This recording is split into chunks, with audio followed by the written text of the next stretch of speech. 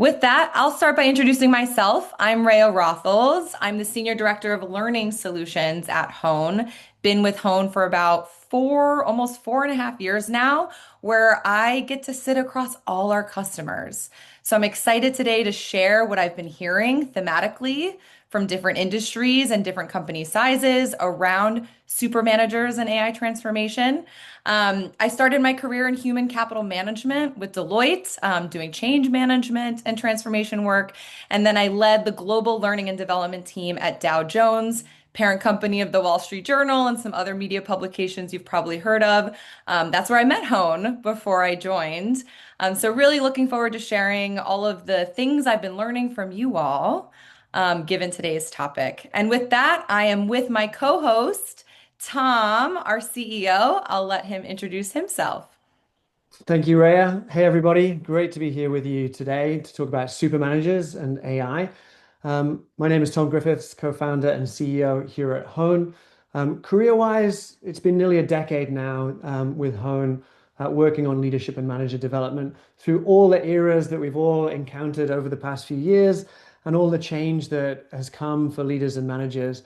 And I think it's safe to say that despite everything that happened with COVID and the economic pullback, that AI as a force for change and redesigning the workplace and the role of the manager is the biggest one of them all. So we're really leaning into this topic here at Hone.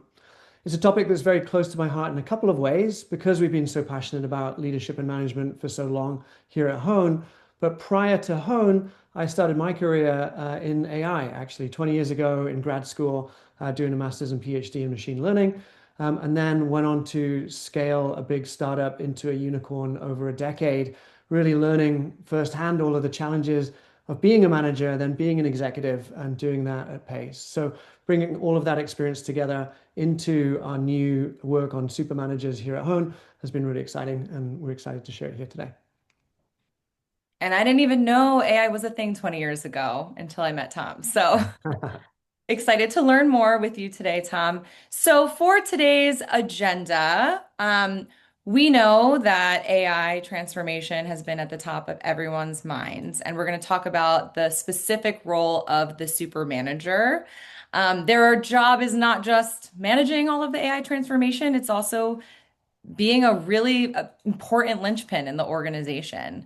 So, specifically, we'll talk about new research on the role of the manager in today's world, the keys to being a super manager through the need to balance being human-centered and adopting the new technologies that are out there, and then how HR and L&D leaders, how you all can help build and support super managers at your organization. So excited to dive into each of these today. The backdrop for all of this, of course, is the AI era and the AI transformation that we're all going through. Without AI, there would be no super manager. The idea of super manager at its essence is the manager in the era of AI. And actually, when you dig into what we see every day here at Hone and what the research shows, there really is no role that's more disrupted or more critical than the manager in the endeavor of AI transformation.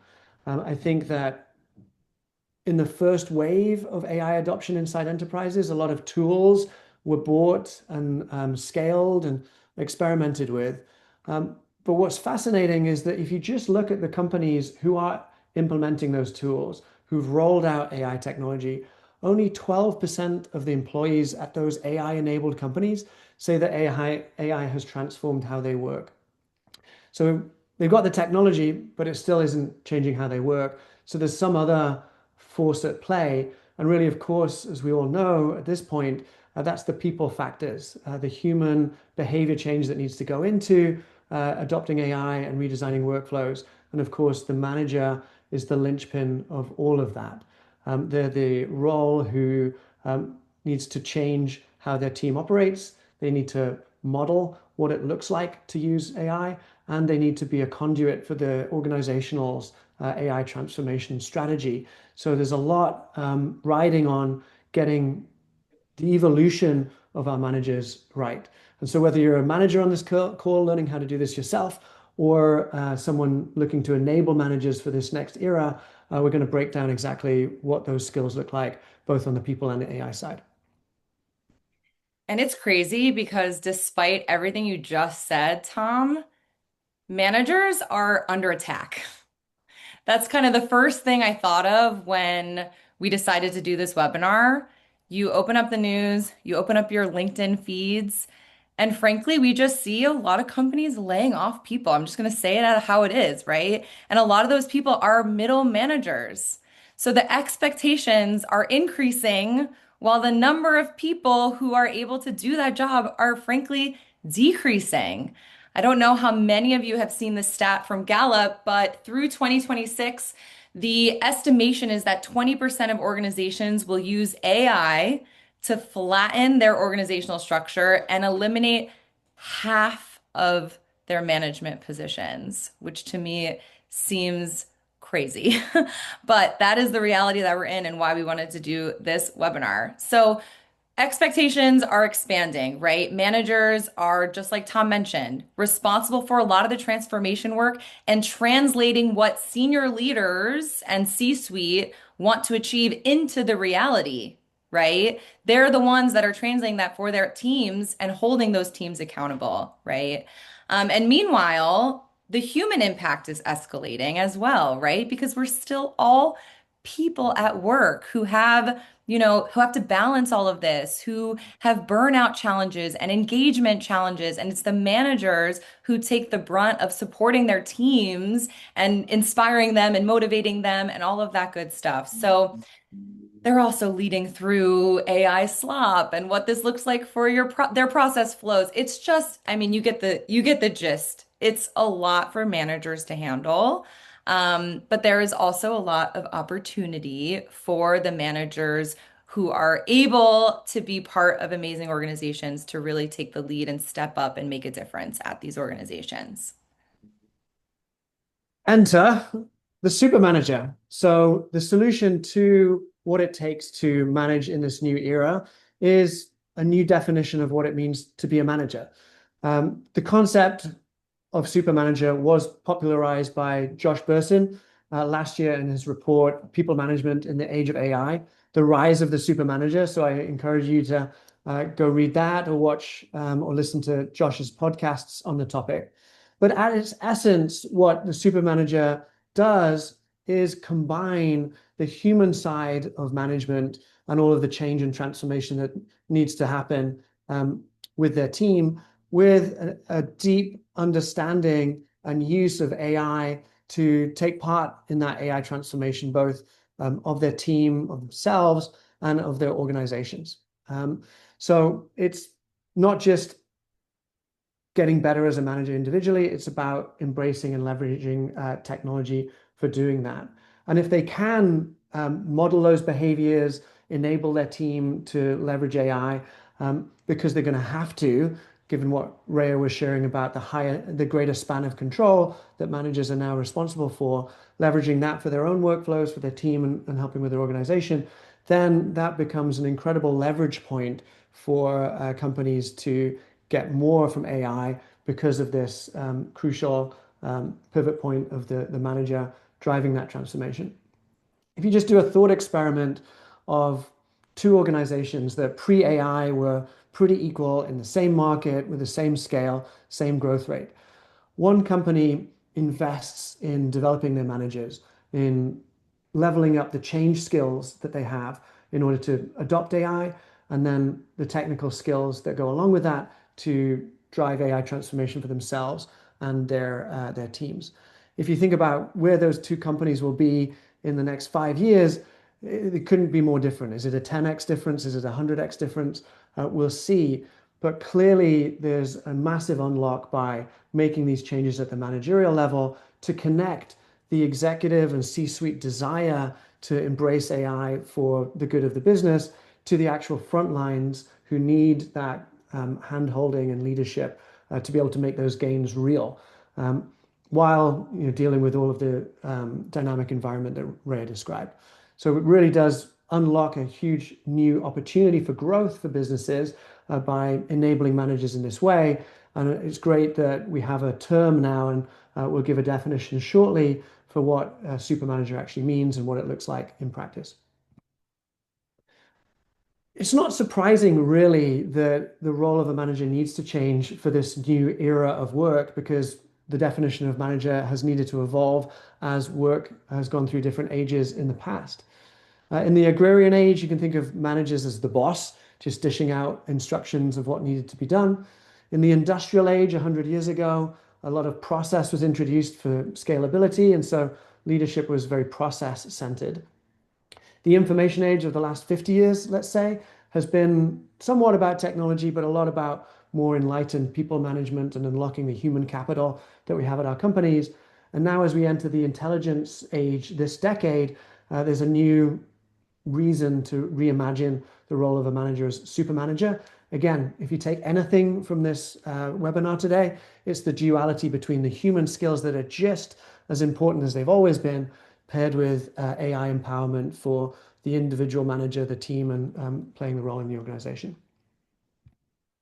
Perfect setup for our second agenda item for the day, which is okay, we get it. We've seen the research, and certainly we will share out all of those research articles with you so you can leverage it in your own conversations. But now, okay, I understand we need to be super managers, but what exactly does that mean, and how do we build that at our organization? That's what we'll be really diving into. So, when we think about super managers, we're thinking about not just someone who can sit behind a million agents, who can get a ton of different flows and data pulls done, right? It's someone who can really balance the human-centered piece of management with the efficiencies that come with being AI powered, right? And it is, I think, a delicate dance that we are just now learning how to do well, right? And how to unlock the potential of our teams by doing this well. So, the human side has certainly not gone away for people managers, right? If anything, like we mentioned, they're juggling more. But we'll dive a little bit deeper into those skills now. And we did hear from some of you in the beginning, for those of you who joined a little bit early, what skills are mission critical for your managers. But now we would like to hear from you in the chat. So go ahead, open up your chat box. What human-centered leadership skills are you prioritizing for your manager right now? So if you are on an HR or leadership development team, what are you prioritizing and how you're supporting managers? And then if you are a manager going through this and you want to unlock your super managerness, right? What are you prioritizing for your own development or making sure you're showing up in a certain way? We want to hear from the managers as well. Amazing. I see them all coming in. Okay, let's see. What themes do you see, Tom? Emotional intelligence. Yeah, change management, feedback and coaching, judgment is a good one. Critical thinking and some thinking skills. There's a whole thread on thinking skills, decision making, strategic thinking. Thanks, Catherine. Yeah, I mean, violently agree with all of this. In fact, we made a slide on it. So the skills that we see out in the workplace in the human side of this super manager duality line up pretty closely with what folks sharing in the chat. So just to enumerate a few of the top ones, coaching forever as a manager is crucial, right? You're unlocking people's potential. You're not doing the work. You're having them agree an outcome and coaching them towards that. More important than ever as they navigate new environments and expectations. Feedback, the classic, it is the number one skill on hone that we see companies embrace for their managers and managers embrace themselves. But if we're trying to have a high performance organization that's figuring out as we go what works and what doesn't, and whether people are meeting the moment in terms of their AI adoption, obviously managers need to have great feedback skills. Trust, always important. Business moves at the speed of trust, as they say. But trust takes on a new importance in this AI transformation era because of all the fear that is out there about AI replacing jobs. And so organizations broadly and managers in particular need to be able to have a high trust environment with their team so that team members know that if they're innovating with AI and finding new workflows that make perhaps some of their work redundant, that's not going to make their role redundant. It's going to mean that they, as team members, get to move on to higher order, higher leverage work. And so managers need to engender that trust. Um, and then finally, related to that, managers have always had to have career conversations is often one of the things that gets left by the wayside in the busyness of the workplace. But in order to retain the best employees right now and not have a fear-based exodus, then managers need to be able to have these career conversations to help people understand, even as the organization transforms and their role and their workflows transform, there's still a role for them here. And it's better to be on the journey and embrace AI to revolutionize their skill set at this role or a future one than shy away from it or be a detractor in the change process because that's going to hurt their career as well. So that's what we see in the work that we do with tens of thousands of managers every year. But we also brought in some research from folks like the World Economic Forum. I think we saw this in the chat a moment ago, but analytical thinking has been growing in importance for years, and never has it been more important than now, where everyone, particularly managers, needs to be thinking critically about how they leverage all these new tools. There's new stuff every week. It feels like there's a new flavor of the week on social media or in the news. And so you need to be thinking critically about which tools you can actually embrace in a safe way and a productive way for your team. And then breaking down in a systems way what workflows are actually inside my team that could benefit from this and which parts need to stay human. How could we repurpose certain people's skill sets? So just like a lot of analysis and analytical thinking as a manager. And again, the World Economic Forum Future of Jobs report agrees.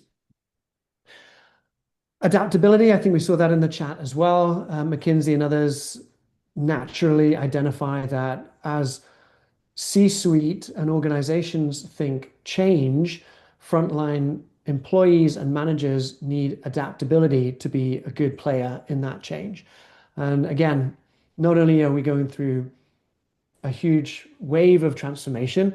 There's new things every week, and the pace of change is increasing, right? As AI models become recursively self-improving and AI helps us write more code and more tools, things aren't slowing down. They're going to get faster. And so managers need to be adaptable permanently because there's going to be no status quo ever again, right? It's always going to be constant change. The other side of that, of course, is managing that change. And pick your researcher, but Gartner, of course, identifies this as a critical manager skill. And managing change isn't just the kind of project management of organizing what happens when. It's the human side of how we address people's fears. How do we pick up the subtle cues that someone's a detractor, and how do we turn them around with storytelling so that they can be a promoter of a particular change? How do we interface with other teams laterally at the company that are undergoing change to share best practices? There's a bunch of skills that roll into the capability of managing change that we need to ensure that our managers have. And then finally, judgment. I love that this came up in the chat. And it's not one that we've seen on lists of top skills, let's say a few years ago or prior. But the reason judgment is so important right now is that it is so easy to produce work product, whether that's code or graphics or written work or presentations or spreadsheets with AI, that you can do in a couple of minutes what it used to take hours or days to do. But judgment as a human, knowing what good looks like in a particular role or for a particular piece of work, is still crucially important. And I think we've seen kind of the bad version of that with AI slop, where yes, it's easy to create, but you're pushing the burden onto the recipient if you're creating 5 pages when one would have done. So it's really important to continue to train and nurture judgment, even with the superpowers that we have as creators right now. Can I tell you the example I was thinking of with judgment? Sure. So, like many of you, I'm sure you use AI in your personal lives to make things easier. So mine helps with meal prepping, especially my kids' lunches.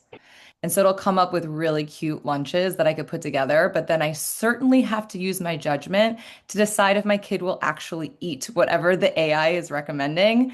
I think it's just a good example of AI can give us so many ideas, but then you know your organizational context. You know the culture, right? You know what's going to fly and what's not going to fly and what your team members might, how they might react, right? And AI can't really duplicate that. So I always think of think of that example whenever I'm reviewing work or thinking about how I can use AI, and it helps me to, remember how important judgment is. I also was, Tom, I was reflecting on this list and thinking about what everyone put in the chat. A lot of these things, except for judgment, aren't new, right? We've been talking about coaching and feedback and adaptability for at least the past 10 years since I've been doing this, and I'm sure you feel the same. But the context really has changed over the past few years. So the way you were coaching before might not be exactly the same way you're coaching now because the expectations have changed and the way of working has changed and so much has changed. So I was just reflecting on it's been important and it's still important, but we need to keep paying attention to it because everything around it has changed. Hmm. Yeah, great point, Ray, and great example. So the human side of the super manager skills coin are the eternal skills of human leadership and management, but how they get used and the circumstances that they're necessary have evolved for sure. Let's flip over the coin and look at the AI side of the skills spectrum for super managers. And the way that we break this down is the same way that we break down leadership development programs in general, which is leaders need to be able to lead themselves, lead their team, and lead the business or the organization. And so, by analogy, managers or super managers need to be embracing AI themselves for their team and as part of the business-wide transformation. So, what does that look like? At the individual level, management can be so much more effective and scalable as it needs to be than it has been in the past. I know that I am a better manager because of some of my AI workflows that I use for productivity or just my management practices. So, for example, I use Granola on many of my one-on-ones and meetings with my team. I use Slack, I use email, obviously, and I'm a big fan of Claude Cowork that has connectors to all of those platforms. So with a million meetings a week, I sometimes worry that I've forgotten commitments that I've made to people that I manage, or even commitments that they've made to me that I need to hold them accountable for. So I have a skill that I've built in Claude Cowork that I run every week that goes and looks at all my transcripts from my meetings, all my emails and my Slacks, and builds two lists. One, the commitments I made to other people, and two, the commitments that they made to me. And then I can process that into the right system and the right lists for future meetings so that I'm following up and that I'm holding my accountability, holding my team accountable for those things as well as a manager. So better management personally because of AI. At the team level, this is where the manager is in such a privileged position. They need to model, of course, what they're doing personally so that it inspires their team to also adapt these tools personally. But as the manager, you have the right and the opportunity to create space for people to be more experimental. And that's really where the rubber hits the road here. We can't just expect people to suddenly become AI geniuses overnight. We need to give them the space, whether that's a deep dive day or a week-long sprint to play with the tools and see what comes out of it, fail if they need to, because eventually they'll figure it out. And as a manager, you have the privilege and opportunity to do that. And one way that we've seen out there this described is by a friend of Hone, a real thought leader and consultant in the AI transformation space, Dr. Marcus Bernhardt, where he talks about two waves of AI transformation. There's the surface wave where there's a bunch of hype and new tools, but as we saw earlier, only some companies are getting leverage from that. Really, what you need to do as a manager and as a leader is at this undercurrent of where the real work is, of re-architecting your team, of your workflows, and how work gets done at your company. And so it's actually much deeper than you might think when it comes to tool adoption because it's about redesigning work. To give you a quick example on what redesigning work could look like, I saw one team that was client facing who had a data scientist to pull data from multiple sources for a client, an account manager who would put that into a presentation, and then a designer who would make the presentation look great before it went over to the client. The manager of that team could see, hey, we could be much more efficient here with AI. So they got the data scientist to um, connect the data sources that they were using into Claude Cowork. They got the designer to make a template that Claude could use, and then the account manager can now themselves use Claude Cowork to pull in data, populate the template, and have a presentation ready for the client in a fraction of the time that it would have taken the full three-person workflow to go through in the past. So really nice use of the same people on the team, but in different ways by redesigning the workflow and a better result for the company and the client. It's quite hard to give general advice on exactly how to transform manager workflows and team workflows with AI because everyone and every team is so unique. But the great news is, of course, that we can use AI for that as well. And so what we've got here, and we can share afterwards, are a couple of prompts where it's a bit of a trick or a hack, but you can ask AI, giving it context on your manager workflows and your team, how you could embrace AI and use more or different ways of working with AI. And it can help to create the prompts, it can help to create the skills, any supporting context files. Like AI can do this for you. So like leverage the tools to actually up level your skill level as a manager. And also here's a prompt that you can use to up level the workflows in your team to be able to identify ways that you might not see right now, but AI can help you with. Finally, at the business transformation level, there are best practices emerging in how companies do AI transformation. And then the role of the super manager within that would be just being a good actor within that transformation process. There was a really cool case study that came out this week from Ramp around their glass product. And so it feels like the conversation is moving on around AI transformation from the governance stuff that we used to talk about that I think is kind of figured out now to the tooling, build versus buy discussions that are still ongoing to now focusing on the harness. Like, what is the harness across your organization that can help to centralize best practices so that it's not individual AI progress, but it's more institutionalized AI progress?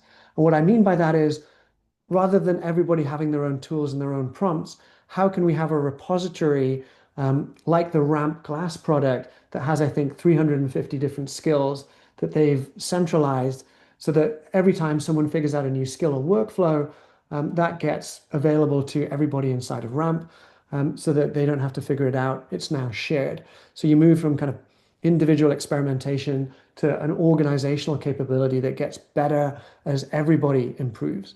And so the role of the super manager in that, of course, is modeling the best behaviors of pushing your team to leverage the harness that the company is creating and the best practices from other teams.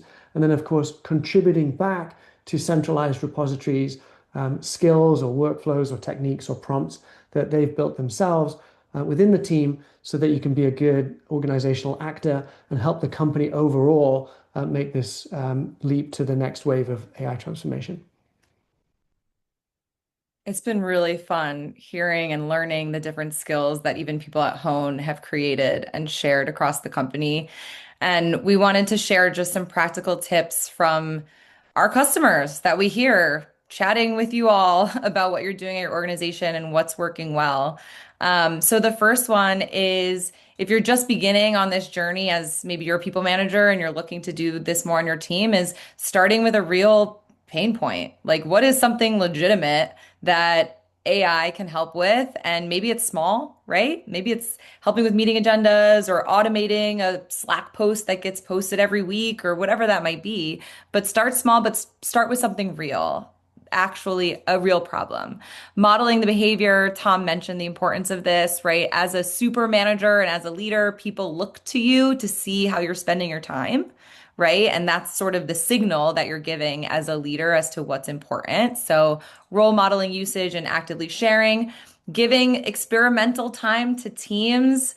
The number one thing we hear is just our managers and our employees are so busy. Everyone has so much that they need to accomplish that it's hard to have the brain space to sit down and try and learn a new skill and experiment. So we've seen some of our customers blocking time, like company wide even, to allow for that experimentation. And then sharing that back, right? For those of you who are on L&D teams, we've seen a few customers who are hosting AI transformation days where different teams can showcase use cases with each other and learn from each other. Now you can share those skills, like Tom mentioned, which is even better. But we've seen that as a popular way for organizations to bake in that time and share successes, which is the next one. Share successes, but also share failures. What did you try that didn't work? What happened that maybe you learned something about how you prompted an AI tool and you can share that with the companies so they know it's okay to not get it right the first time, right? You're all learning together. And then finally, and this, of course, we have to mention and remains important, you have to know your own company's AI policies, right? Some of our customers are really deep into AI transformation, others are just now getting approval. We see you, right? So know what your company's policies are and how many tokens you have that you can use on Claude. Yeah, yeah, we're definitely seeing some folks maxed out there, and we love that, at least at home, because there's so much goodness happening. Thank you, Raya. That really grounds it in what people can do. And so we've come to the third part of our webinar today, where the first part was around what is a super manager and why are they important. Part two was what are the skills of a super manager, both on the human side and the AI side, at those three levels of self, team, and organization. Now, many of the folks on the call here are responsible for building existing managers into super managers. And so, how do you go through that transformation, whether you are leading talent or people at an organization or L&D? Or if you're an individual manager here on the call as well, I know we've got a bunch of those. How can you invest in yourself to make the leap? So one thing I will say is that, we've seen over the years at Hone, really the reason we started the company was that the old ways of developing managers and leadership don't work anymore. If you think about kind of pre-AI era leadership or manager capability models, those are now redundant or at least partly redundant because there's this whole new side of the skill set that managers need around AI. And even the old human skills that we saw uh, ever present need to be redefined or redeployed for the AI era. The one-off training models that often are the ways that companies do this, of course, never really worked fantastically. They were great kind of kickoffs and ways to network, but learning needs to be sustained and always has. But given the pace that AI is moving, we need to refresh the mental models of our leaders way more frequently than one-off training or annual offsites can do. And then finally, the scale problem is real, right? So for companies with more than a handful of managers, which is most companies, then we need to be able to do this in that kind of modern, continuous way at scale. And that's just a lot, especially when HR and L&D teams have been, yeah, yeah, suffered cuts when budgets have been managed down in the kind of people area. So, real challenge when it comes to how the old models are no longer relevant. I think we have a poll now. Would love to hear from you all. What is your biggest manager development challenge? So go ahead and pick an option. I think we're forcing you to only pick one. Sorry. Pick the most important or the one you're feeling the most. And we can kind of see from each other. So we have making learning relevant to day-to-day work, scaling development across all managers, personalizing learning to actual skill gaps, reinforcing learning after training. And the final one, managers don't have time to learn. What do you think? Go ahead and put in your thoughts, and then we will publish the poll. And then, of course, feel free to chime in your context and additional color in the chat as well. Yes, they're totally overwhelmed for all the reasons we've discussed. Okay, go ahead, put in the chat or put in the poll, excuse me, what your thoughts are. And then we'll be able to see the results. Here we go. Ah, unsurprisingly, the last one, managers don't have time to learn, right? We talked about you have to give time explicitly. Otherwise, we are all overwhelmed. Perfect. So thank you all for chiming in. We are going to talk now about building super managers at your organization. So if this is something that falls within your purview, this section is for you. When it comes to enabling managers to become super managers at your organization, we've broke it down into sort of three key things to think about. The first, which we've harped on, is the need to combine human connection and AI transformation and reinforcement. Continuous and embedded. Someone in the Q&A asked about when the hype of, AI wears off, like how do you make sure people continue using it and continue their own development? And then personalized. We are in the age of everything can be extremely personalized in a new way than it has ever been before. So that's the third one here. And we'll start with the human connection and AI reinforcement. So we talked a little bit already about some of the skills that managers really need to build, right? And need to show the trust and the coaching and the feedback, et cetera, et cetera.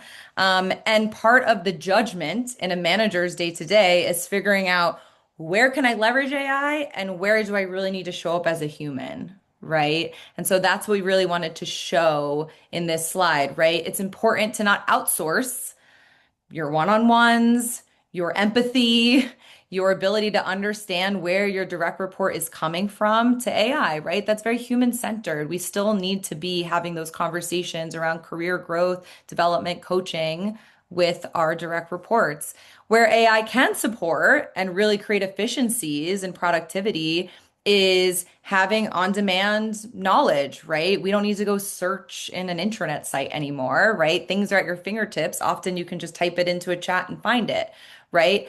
We have a new way to practice hard skills before we have to do it with a direct report. So whether that's a role play or leveraging an AI coach, that's really exciting opportunity for organizations now.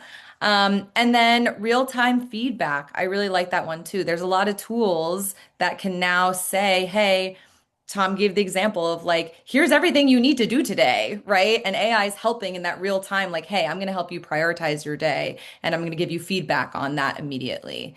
So the judgment really comes in figuring out where the human side needs to lead and where the AI can really support.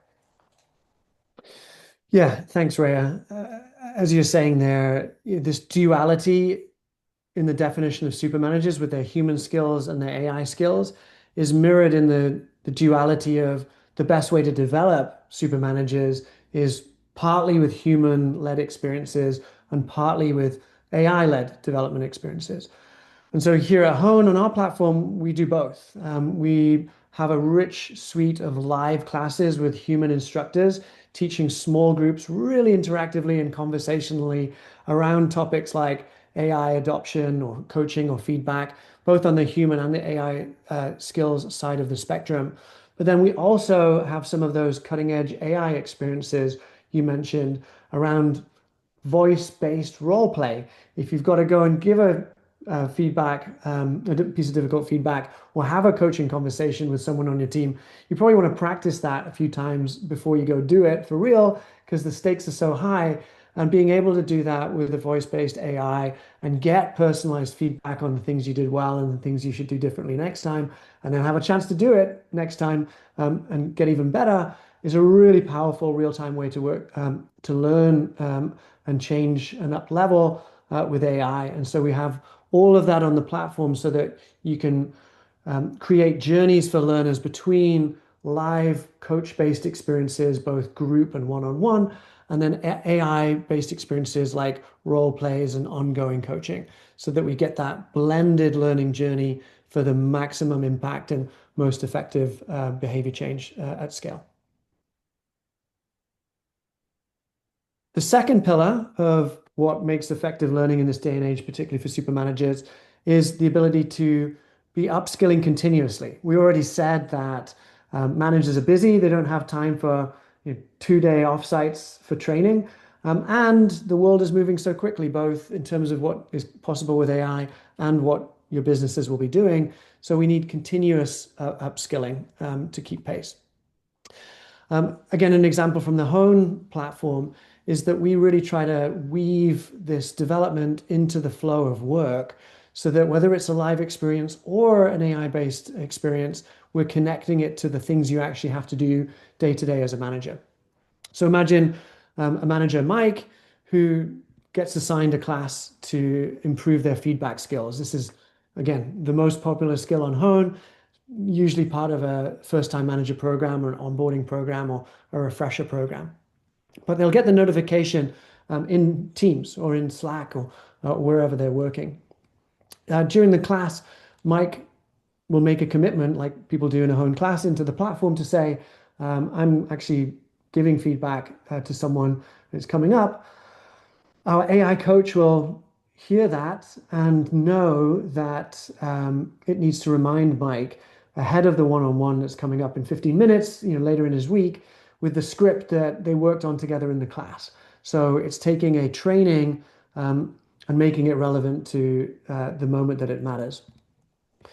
The coach can then also follow up with Mike to ask how did the conversation go afterwards, and then if it went well, sorry, Mike is receiving the feedback, Julia is giving the feedback, then the Julia is asking the AI coach, can we have a quick follow-up? And so the coach is obviously trained on all of the frameworks at Hone and is able to have a real-time conversation based on that context, whether that's following up on feedback or learning a new skill around presentations.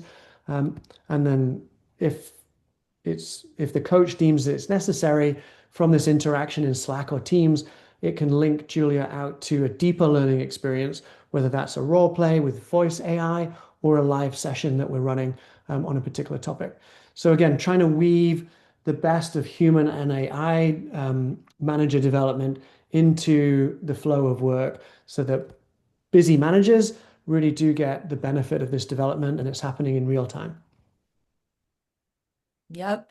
And the third item here, now more than ever, and it makes me so excited that we can do this, training and opportunities to upskill and to practice can be super personalized to that individual, right? So gone are the days of like one size fits all for every single person at an organization. You might have some of that if you want shared language, values, mission, of course, but when it comes to more specific upskilling, we now have the opportunity to think about people's individual strengths. So I know at Hone, we've identified 50 skills that are really important to get work done together. So whether you want to call those hard skills or soft skills, whatever, the idea is some people are naturally going to have strengths in some areas and others aren't, right? And so it's important to make sure that each individual, based on their level, based on their role, based on their personal strengths and areas of opportunity, can upskill and practice in those areas. And I do want to answer. Kelsey put a question in the question box. Thank you, Kelsey. Feel free to add more questions.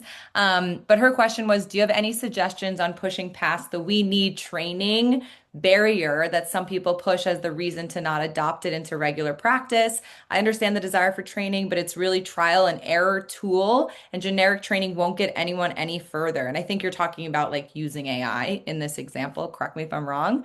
But that's something we think is really important. Any skill, requires, sure, learning how to do it, having a role model, understanding the basics. But then the only way you get better at that skill is practicing it.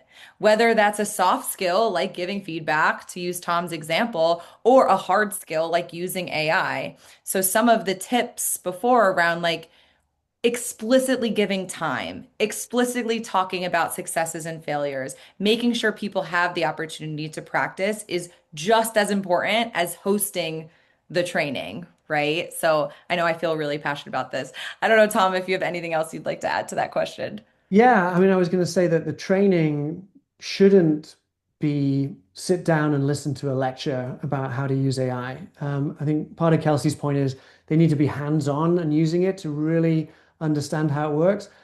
And training can be a catalyst for that. Workshops that are part theory, but a lot of hands-on experience with your favorite AI tool can be a great way to kickstart someone's AI usage and get over the initial kind of unfamiliarity barrier so that when they go back to the workplace, they'll be more likely to experiment if they've kind of unboxed it together with someone on that quote unquote training experience that's really a hands-on workshop. And that's certainly the approach that we take with our AI skills workshops.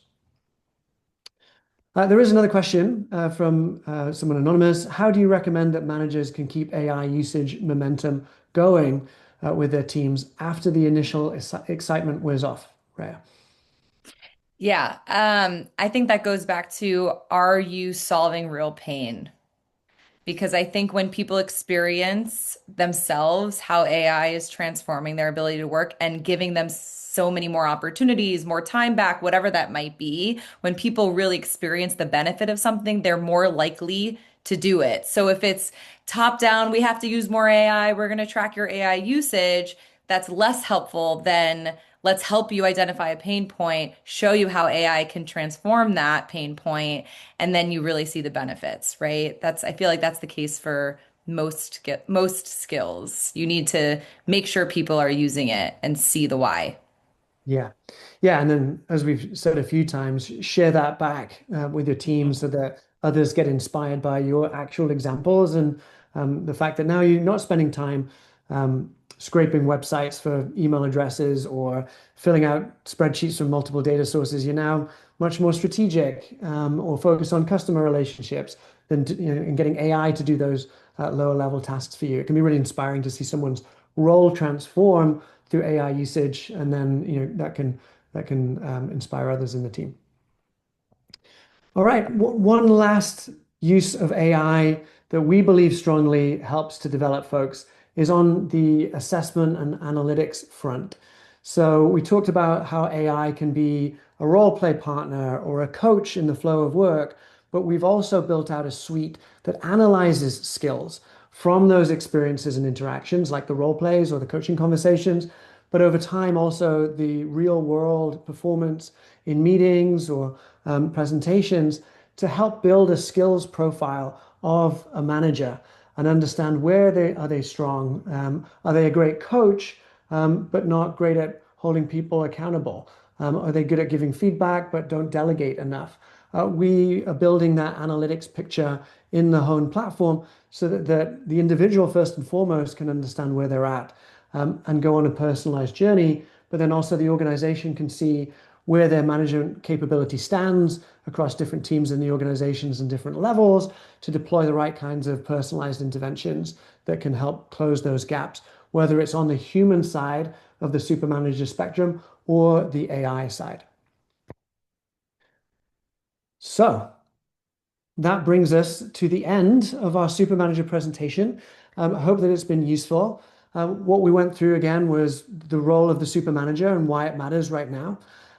What skills make up a super manager across the human skills and the AI skills at the individual team and lead organizational level, and then how you can actually go about building super managers, whether it's internal or with a tool like Hone. So if you're interested in learning more about any of that, we're always here to chat, but also we'd love to welcome you to try Hone and Hone AI that can do so much of this lifting for you in terms of developing and analyzing the right kinds of skills. So if you're interested in that conversation, then we're also here for it. And you can get a 2-week trial by going to the URL on the screen or snapping that QR code and following up there. Hold With on, let me that, go get my phone. there you go. I want Thanks, Rea. my free trial. Yeah, yeah, love it. Well, thank you everybody for being with us today.